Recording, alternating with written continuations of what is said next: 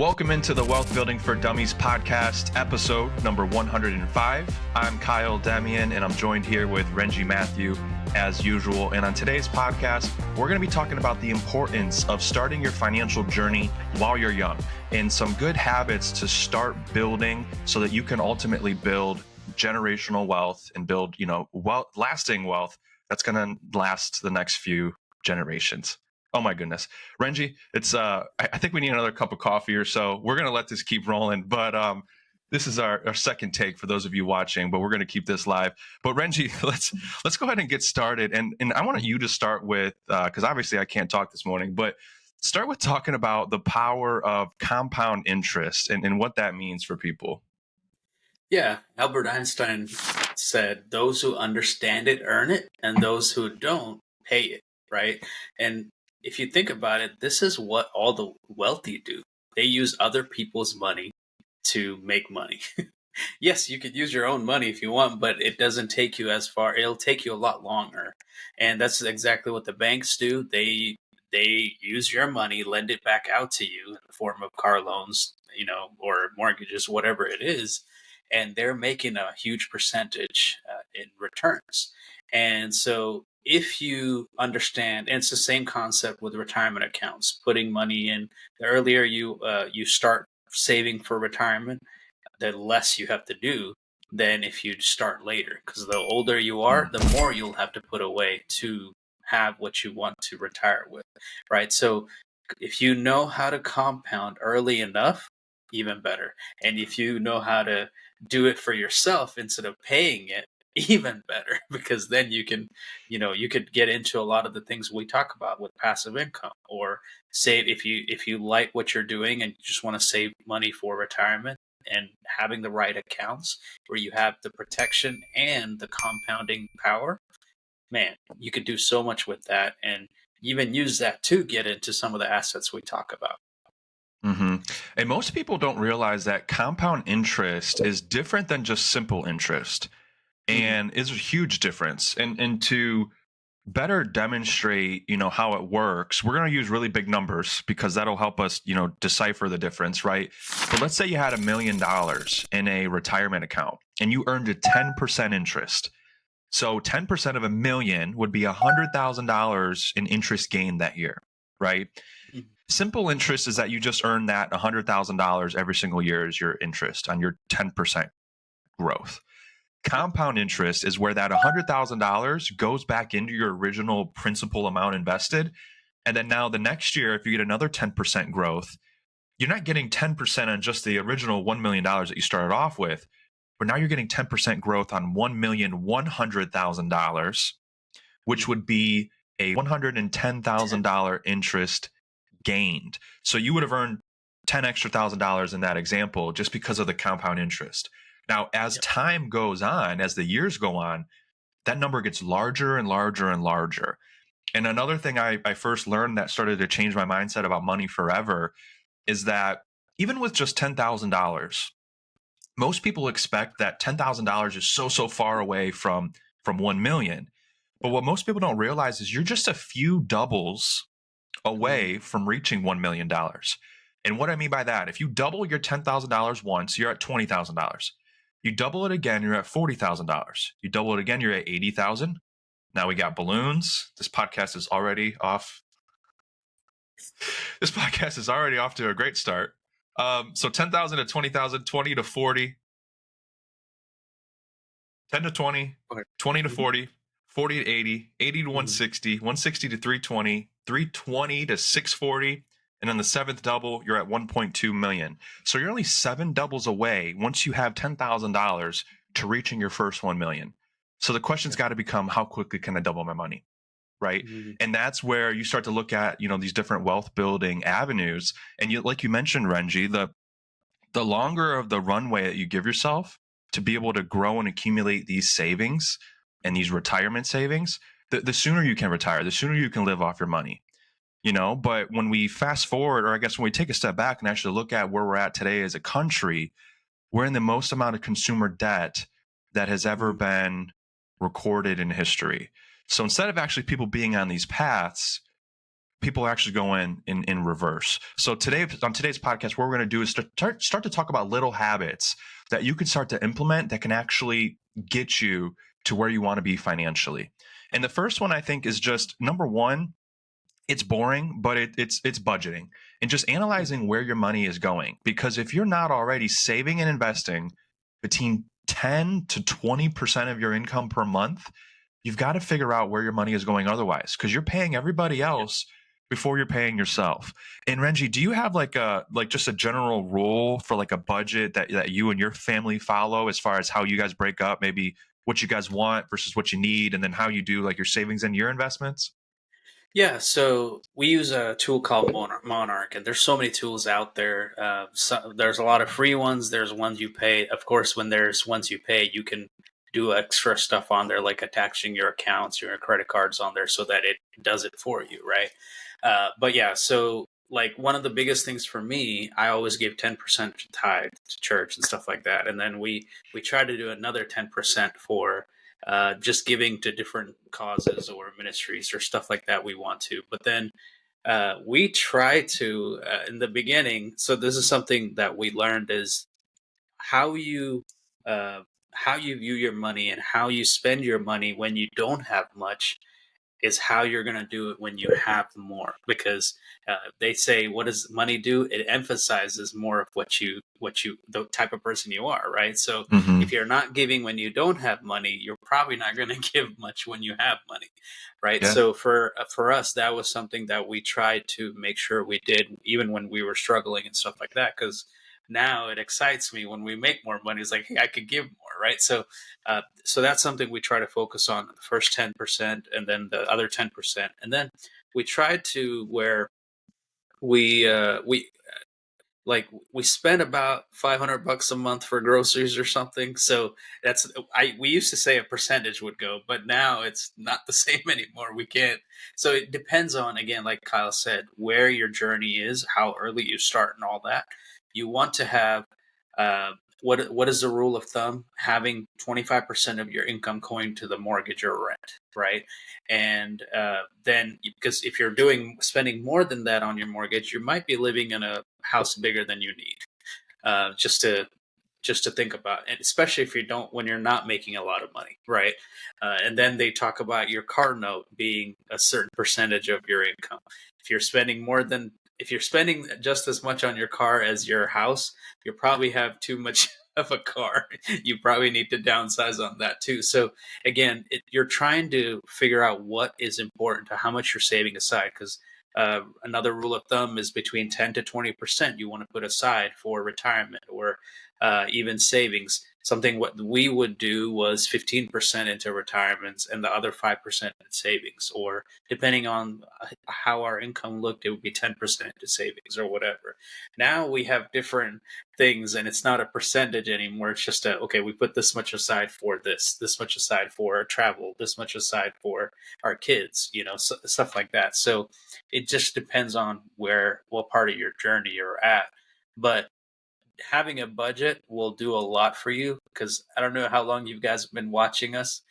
I've talked about the struggles I've gone through financially because I wasn't budgeting, because I Mm-hmm. didn't know the money that was coming in or going out, and that would get us into trouble a lot of times. So once you have a budget, and if you're not making much, then if you stick to that, when you start making a lot, it's so much easier to allocate where money goes, right? Because now you already have a template you're following, and you're just adding more to it or taking away more. And then you can, Mm-hmm. when you're making enough money, you can start adding more. So like, hey, this is a fund for just having fun. It's a fund for my next car or whatever it is. I think it's all starts with planning. Mm-hmm. What's that phrase that you use? Perfect planning. I always forget. Proper preparation That's prevents it. poor results. Proper I forgot. preparation prevents poor performance. Performance, that's what it is. I would say it's Yeah, like 5 P's. So yeah, that there we go. that's Yeah, spot on. yeah, Absolutely. And I think that's where unfortunately you see like a lot of uh, athletes, for example, and I'm thinking of athletes because of a recent podcast interview I watched, and they were actually talking to Shaq and talking about how I think the statistic is 1 in 3 athletes after they retire go broke and they run out of money. And it's so sad to see, but it's exactly what we're talking about. When you scale too fast and you're making too much money and you don't have some of these habits that are built in, you don't know how to properly execute and use your money, right? And so whether you are really wealthy or, rather or whether you're, living paycheck to paycheck right now, a budget is a budget, and financial planning is financial planning, and you have to work with what you have to work with. And perfect example, Renji and I just met with a client the other day that is in his 60s, and he has spent his entire life as a DJ. And him and his mom have a small production movie company. And he told me that he spent the majority of his life making less than $2,000 a month. And he says he never had a fancy house. He never had a fancy or new car. He's always lived in a beater or had a beater car. I don't know if he was ever living in his car, but he mentioned some of his stories and just his upbringing. But he always saved and invested, and he did a really good job picking some really good stocks that we looked at. And now he's a millionaire. He has over $1 million in a bunch of different stock accounts, and he didn't necessarily do anything special. He did pick a couple good stocks that have gone up over time, but he consistently saved and consistently invested. And he wasn't doing it for himself in the moment. As a matter of fact, he kept his lifestyle just the same as it was. He talks about how he had friends and stuff that were going out and buying all these new cars. And he watched as, and they're still in debt and or not retiring. And he's put himself in this position where I guess he hasn't had a normal 9 to 5 corporate job. I think he really enjoys what he does. So I don't know if he's going to ever quote unquote retire, being a DJ and stuff. But he's in the position now where, and especially because his lifestyle is so relaxed and not luxurious by any means, he's in a position where now he can hang it up and he can retire comfortably on the money that he's saved and invested over this time. And so like that's the biggest, and I'm glad we brought him up because that's a perfect example, of not living above your means, but just being steady and consistent and trusting the process. And when we talk about compound interest, most people don't realize like how far even a little bit of money can go. And like what I mean by that is if you had just $100 a month that you could find to invest and you started while you were young. Now, I want to show you guys 2 different examples, starting at the age of 25 versus waiting until 35. Most people wouldn't expect that, this 10 years would be that big of a difference, but keep in mind that is a decade and you lose out on the compound interest of a decade. And compound interest is even more powerful when you add in more time. So 10 years is a lot of time and is a lot of difference. And so what I mean by that is if you had $100 a month that you could save and invest, and let's just say that you earned an 8% rate of return, and let's say that you did this for 30 years. So we're going to say you're 35 in this example and you want to save until 65. Okay? Yeah. That amount that you would save would be $135,000. So you'd have $135,000 in your account. That would be from your contributions plus the 8% growth over the 30 years. Right? Now, most people would hear that number and say, oh, maybe that's not enough money or whatever, right? We're just using an example. That's not for retirement savings. Obviously, people can't retire on that. But just to demonstrate the example, I'm going to take this and add 10 more years. So for 30 years of growth, from 35 to 65, $100 a month would give you $135,000. Now, for those of you that are, watching and or listening, I want you to take a second and just think, what would 10 more years give me? And you may be shocked at the answer, but you would have more than double the amount of money if you would just have started 10 years earlier. And you would have $310,000 just by starting 10 years earlier. And this is only with $100 a month. So starting at 25, saving to 65, $100 a month, 8% return per year, you would have $310,000 at age 65. Now, this is just with using $100 a month. If we bump this up, Renji gave the example, you should be saving and investing 10 to 20% of whatever it is that you're making. And so let's just use maybe like a $70,000 a year salary. And let's take 10% of that, which is $7,000 a year. And let's divide that 7,000 by monthly, which would put us at what, about 583 a month. Let's just use $600 a month. So let's say instead of doing $100 a month, you save $600 a month, which should be approximately about 10% of your income, depending at where you're at, right? But $600 a month saving for 30 years at 8% interest, you would have $815,000 at age 65. But if you started 10 years sooner, once again, you would have a little bit more than double. You would have 1.865 million, almost 1.9 million by saving the exact same amount, but just by doing it 10 years earlier.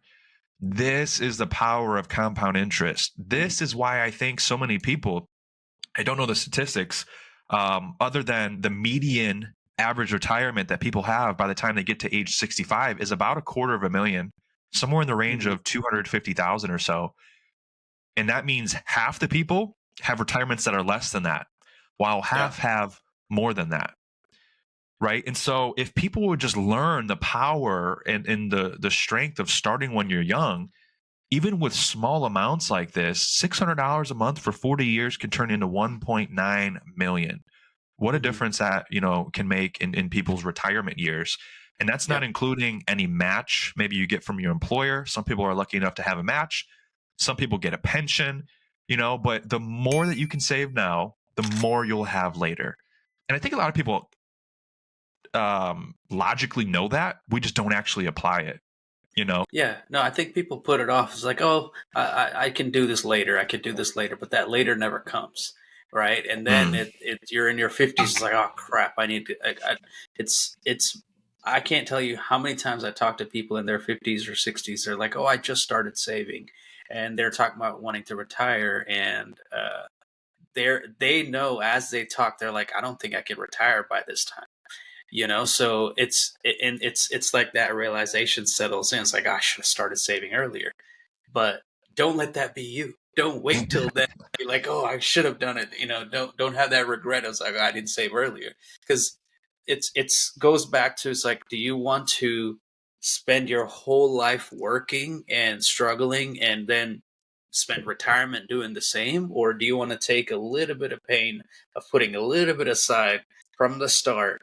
Oh, hey, I could go out and have party every day, but maybe I only go out once or twice a week and save the rest of that for that week, or something like that.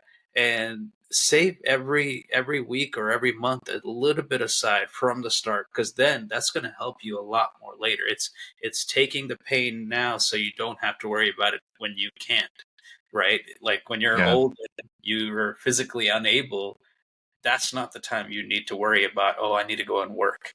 When you're Yeah. young, do all the work, do the hard stuff.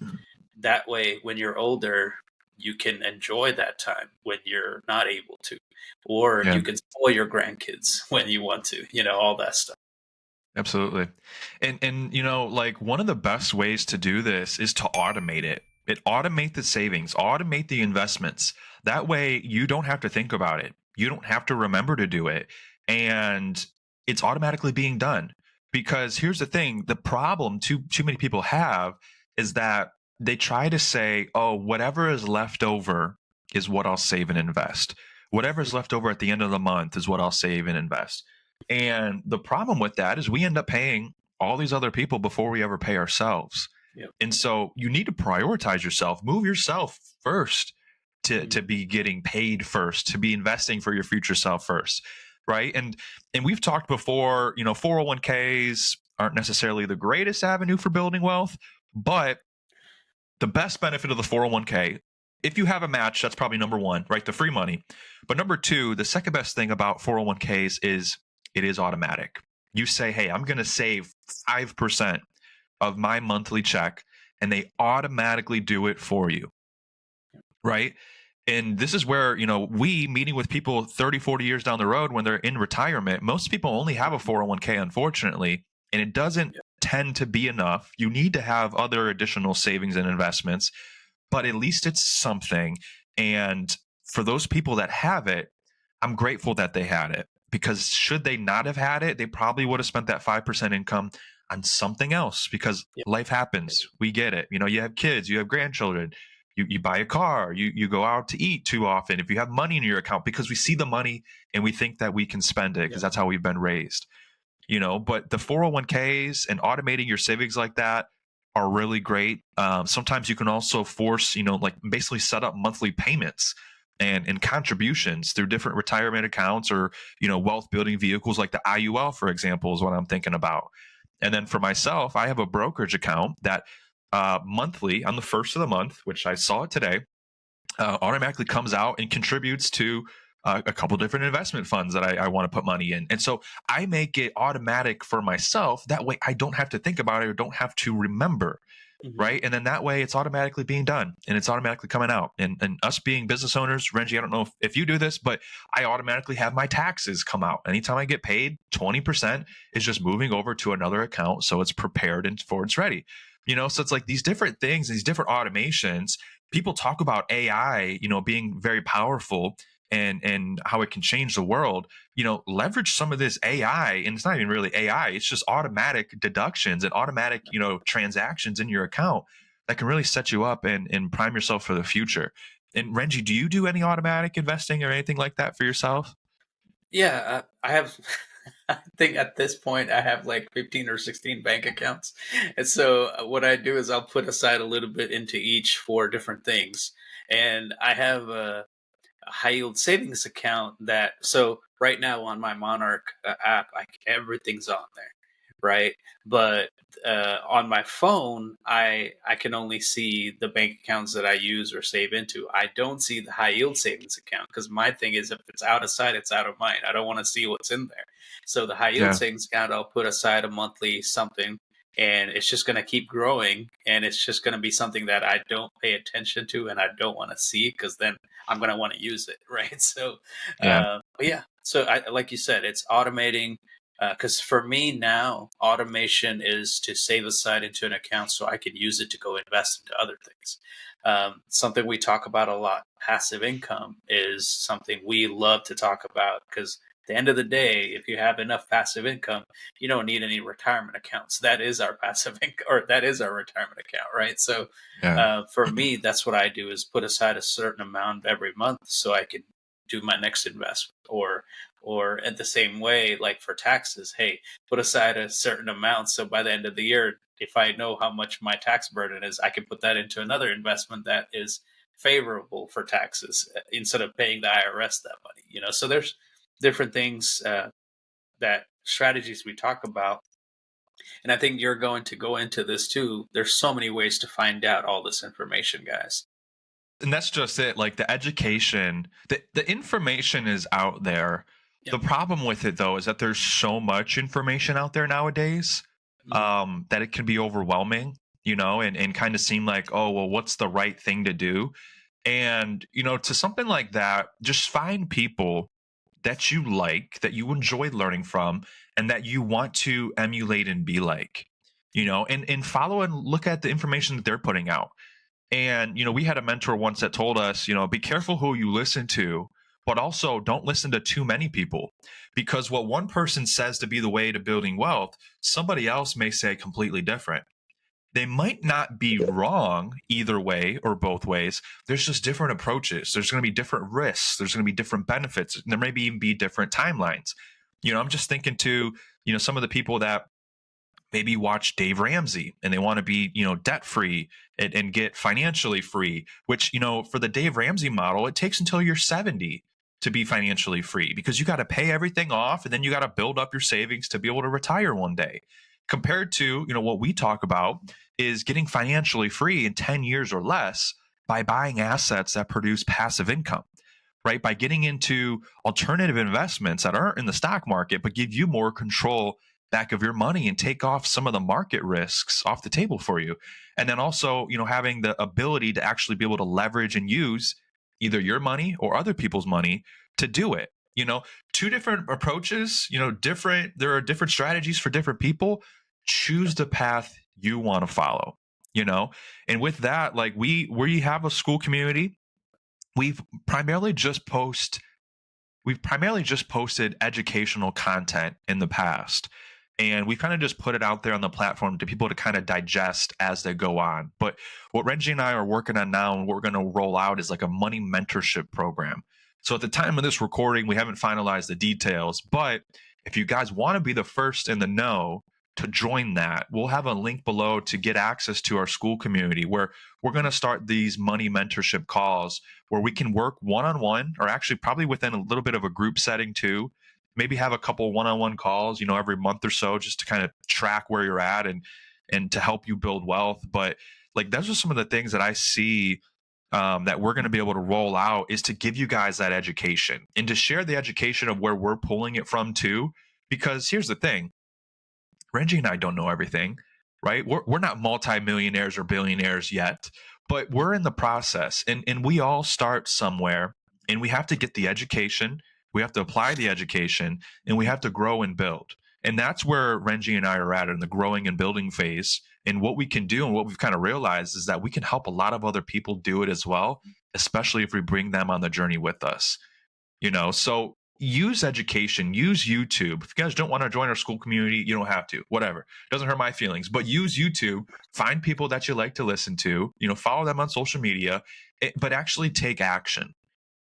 People say knowledge is power, but knowledge is not power if you don't do anything with it. You actually need to apply the knowledge, right? That's how you get financially free. It's not about, reading about getting into assets. It's about actually getting into those assets Yeah. and doing it. And so education is very powerful. There's a lot of education that's out there nowadays. In the past, did not used to be like this, but now people can almost be so overwhelmed that they never take any action. So, if anything, find a couple people that you like, follow what they say, do what they say, and actually apply it. Yeah, and something like Kyle mentioned, some people get overwhelmed with the information and don't take action. Just the thing is, you're going to make mistakes no matter how much you learn. The mentorships that are out there, it's to help you make less mistakes so that you can get there faster, but you're still going to have to make your own mistakes.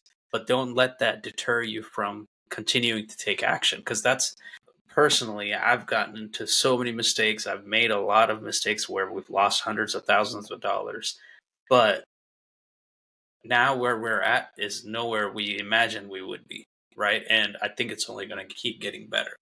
But if I would have stopped and quit the first time or the second time or the fifth time, I would still be working as a nurse. Nothing wrong with that. But for me, I wanted more. I wanted to be my own boss. I wanted to be able to have the time freedom to take my kids anywhere we wanted. There's all these things we're doing now that we would not have been able to do if I would have quit and continued my path in that direction. So keep that in mind whenever you see something's hard. Going back to that same phrase, do the hard things. Do the hard things when you're young so that you don't have to do the hard things that you don't want to do when you're older, right? Do the hard things now. Do the work that needs to go into getting that asset or getting into business or doing whatever it is or saving for retirement. Do it now so that you don't have to struggle where it's like life makes you do it when you're older, right? Mm, Do it when you don't have to do it so that when life makes you do it, you're already set up well. I don't know if yeah. that phrase even made sense, but I think you know No, what I'm trying to say. it made sense. And actually, something just like that, the same concept actually was on I watched like these morning motivational videos as I'm writing down my goals and as I'm getting started with my day. And I heard one today that says, if you live a hard life now, your Mm, life later will be easy. If you yep, live an easy life now, your life later will be hard. And exactly. actually, this goes right back to what we started the show with. If you live the hard life now, getting your money right, budgeting, saving, and investing, maybe living below your means, Mm, which actually should be the norm rather than, the opposite. It should be, we shouldn't even have to say this, but living below your means, living the quote unquote hard life now within your budget will lead to an easy life later where you can be financially free and retired versus living outside your budget, living above your means now, which might feel easy, will lead to a hard life later, meaning that maybe you're not able to retire on time, or you can't retire because you simply have not saved and invested enough, and you've got to go work a couple jobs. I've talked to people that are in their late 60s working a few jobs, 2 jobs a week, just to be able to maintain their lifestyle and pay the bills. Yep. And it's very unfortunate. But with planning, education, information, and actually executing, you can totally change the trajectory, not only of your life, but of your family's life as well. And I know that's both of our goals is And there's doing something that. else too. The positive mindset too. It has a lot to go with it because guys, what we say to ourselves does a lot. Even if you don't realize it, it does a lot. It's the same thing of the power of compounding. The more you talk negative to yourself, that compounds. The more positive you talk to yourself, that compounds too. Just like how powerful it is when you're speaking to others, what you speak life into them does a lot too. Same way you speak life to yourself, it does a lot too. So if you keep thinking in your mind, oh, this is going to fail, this is going to fail, this is going to fail, it's going to fail, especially if you're not taking action too. Because a lot of times when you keep saying that to yourself, you're going to stop yourself from taking action. And if you stop yourself from taking action, it is going to fail because you never took action, right? So Mm, if you go into doing something thinking, what if? Because most people think, what if this fails? But what if you start thinking, what if this became successful? Start thinking the opposite. What if this became good? What if this actually worked out? It could be a life-changing thing, Yes, you're good. If you think that way, even when you come through failure, you're going to come out ahead in the sense you're going to take that failure and learn from it. So it actually isn't a failure. If you keep thinking positively like that, it's, I used to think all this was BS, but it really is. There's power to thinking positively because when you start thinking positively, speaking to yourself positively, because we are human beings. We always have negative thoughts that go through our head. But if you take that and be like, oh no, that's not right. It's going to work. It's what if it works, and start thinking. And then at that point, even if it fails, you already knew if there was going to be struggles. You already knew you were going to have failures. But if you take it that way and learn from those failures, you won't make those same mistakes the next time because you learn from it. Right? I can go yeah, off on a tangent there, but I like that there's a tangent. lot. Yeah. No, that's good. And exactly what you just mentioned about like learning from your own failures. I mean, that's the power of learning from mentors too. I can't tell me how many lessons even you've given me, Renji, with or without even you probably realizing it, just about, different avenues and me talking about, different business ventures and you being like, oh, I've tried that. Here's what I learned. Here's what happened with me, Yeah. and so that's the power of having, people call it a mastermind. When multiple people with the same goals and objectives get together and share their experiences, their results, their mindsets, their strategies, and their ideas, you form this mastermind where you're making better decisions for yourself and executing better and building bigger things. So like if we could ever be of a resource to any of you guys, number one, that's what we're here for, to help with. And so join our school community. You guys will see the link below if you guys want to have more, in-depth conversations with us one-on-one. And if you guys want to, have access to the education and some of the things that we're rolling out now to some of our past clients, some of the people in our school community, and more in regards to building and protecting and preserving your wealth. And so with that, I think that's a perfect end to this episode. Thank you guys so much for watching our podcast and supporting. If you guys did make it to the end here and you're listening to this and you're not subscribed, what are you doing? Please give us a subscribe below. It helps out our channel immensely. We greatly appreciate it. It means the world to us and it costs you guys nothing. So thank you so much for you guys hanging out with us, and we'll see you guys on the next episode. Take care.